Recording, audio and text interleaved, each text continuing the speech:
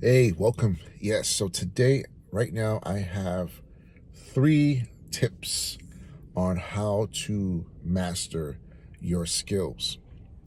All right, you're EMT school now, you're new, doesn't matter what school you're in, but it's all the same thing.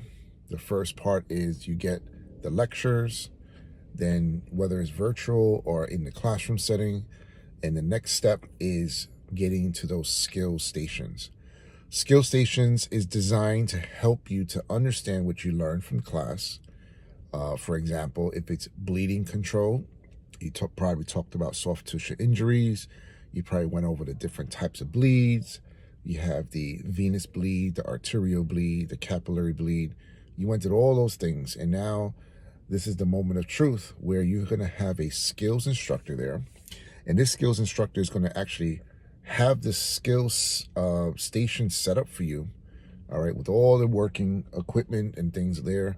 And you're going to go into that station and you're going to be a little nervous. And I'll be very honest, if this is the first time you're doing it, if you're a refresher student, which means that you're coming there for the first, you are EMT, and it depends on how long you waited to take a refresher. It's been years. Some could be 5 years, 3 years. I get a little nervous too as well going to a skill station. So I'm going to give you tip number one.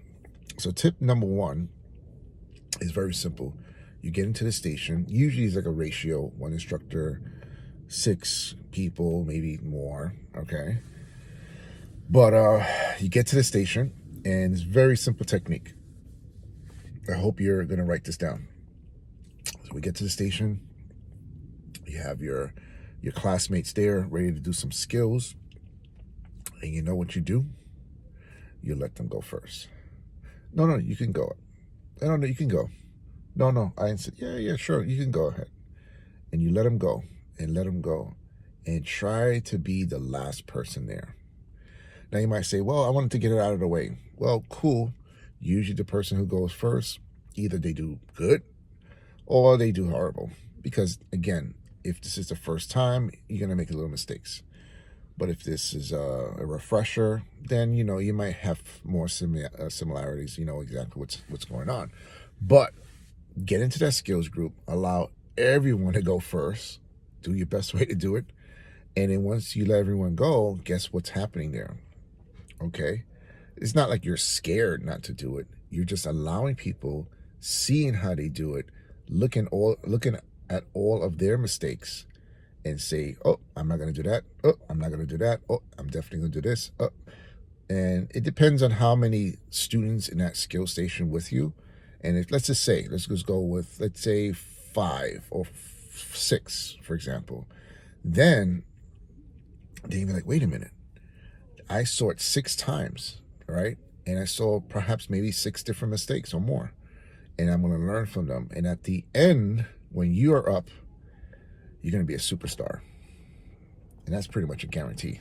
Try it, okay?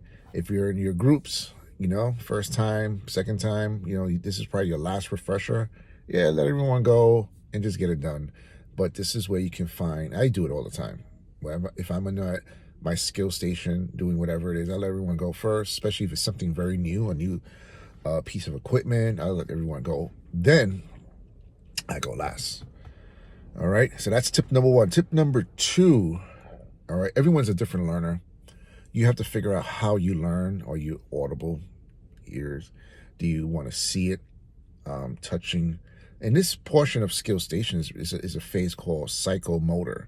Psychomotor is basically psychomotor, touching, feeling, listening, hearing, the suction machine, the oxygen. When you open it up, psst. So you're hearing the sounds, you're seeing, you're feeling you're touching the cylinder, you're turning the suction machine on, so these are all different ways of learning by doing. And what I do, second tip, this is the second, number 1, this has worked for me. Try it out. And as you've seen the skill, I will write it down. Step 1, step 2, step 3, step 4, step 5, step 6. And you look at the different steps from the beginning to the end, okay, depending on the skill that you're doing. If it's patient assessments, that's more of a repetition, repetition over and over and over again. But I have secrets on that too. But one, write the steps down.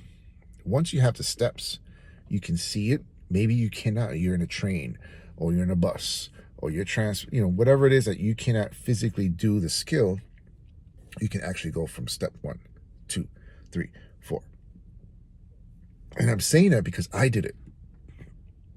When I was an EMT, I started very late in my life. I was in probably my 30s or so, and I needed to know the steps. Boom, boom, boom, boom, boom. All right, so that's one. The last tip to master your skills as an EMT, it might sound weird, but it's not. This has been used for many, many, many years. I've learned it when I was a teenager or preteen. I was heavily into martial arts, like really. And my sensei or teacher told me, to close your eyes or to visualize your opponent doing certain techniques, and then you visualizing your counter punch or counter kick or counter attack. And you visualize these things. So now you got the practice, you did the steps. Now you're going to go enter an arena in which you are going to visualize it. You're seeing yourself putting your gloves on. You're seeing yourself checking the equipment. You're seeing yourself doing this. And you do this over and over and over again if you have no access to it. All right. Now you might say, well, that doesn't make any sense. Well, what makes a lot of sense to me is this: research, studies. So they had 3 studies. Let's see if I get this right. So they had 3 groups.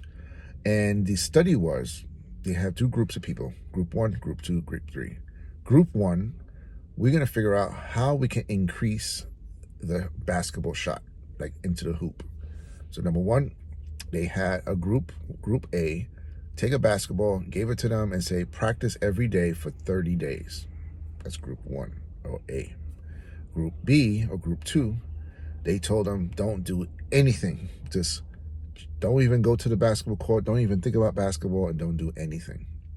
Then in group C, or the third group, they told them, I want you to not go to the courts, not to touch a basketball, but I want you to visualize it in your head, getting those free throws. You see yourself moving, bouncing the ball, getting it in. Do that for 30 days. Fast forward, 30 days comes. So let's go with the easy one. The ones who didn't practice, they sucked. Down. Now, there was an increase. I'm going to give you a number. 25% got better in the actual practicing.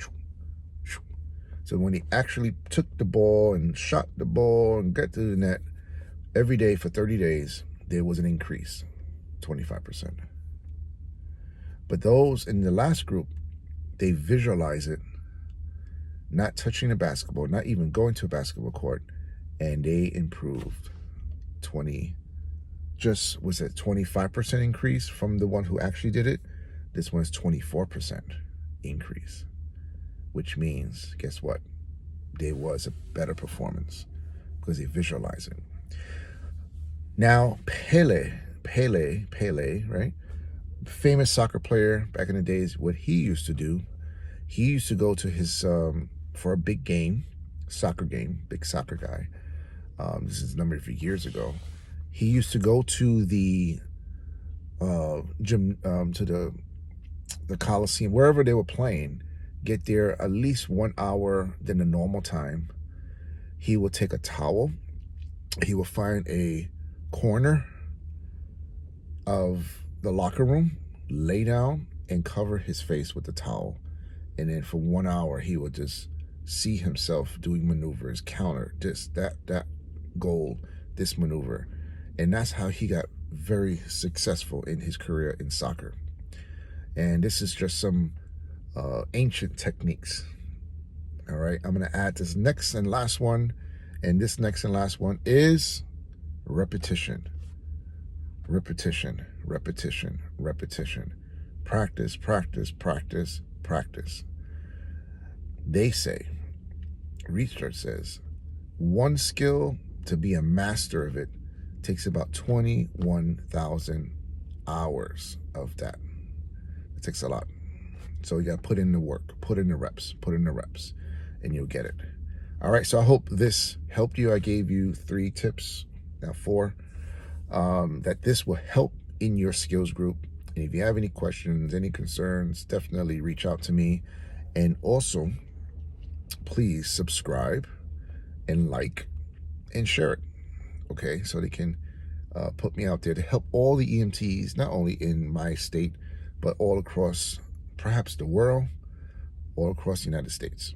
All right, it's definitely a basic performance, basic knowledge, basic skills that will help you to succeed into this career, all right, or this mission or this calling that you have. All right, have a good one. Until the next video, I'll send you some more stuff. Just tell me what you need and I can make it easy, and I give you all the ninja techniques to make you one of the best top students there. All right, have a good one. Be safe.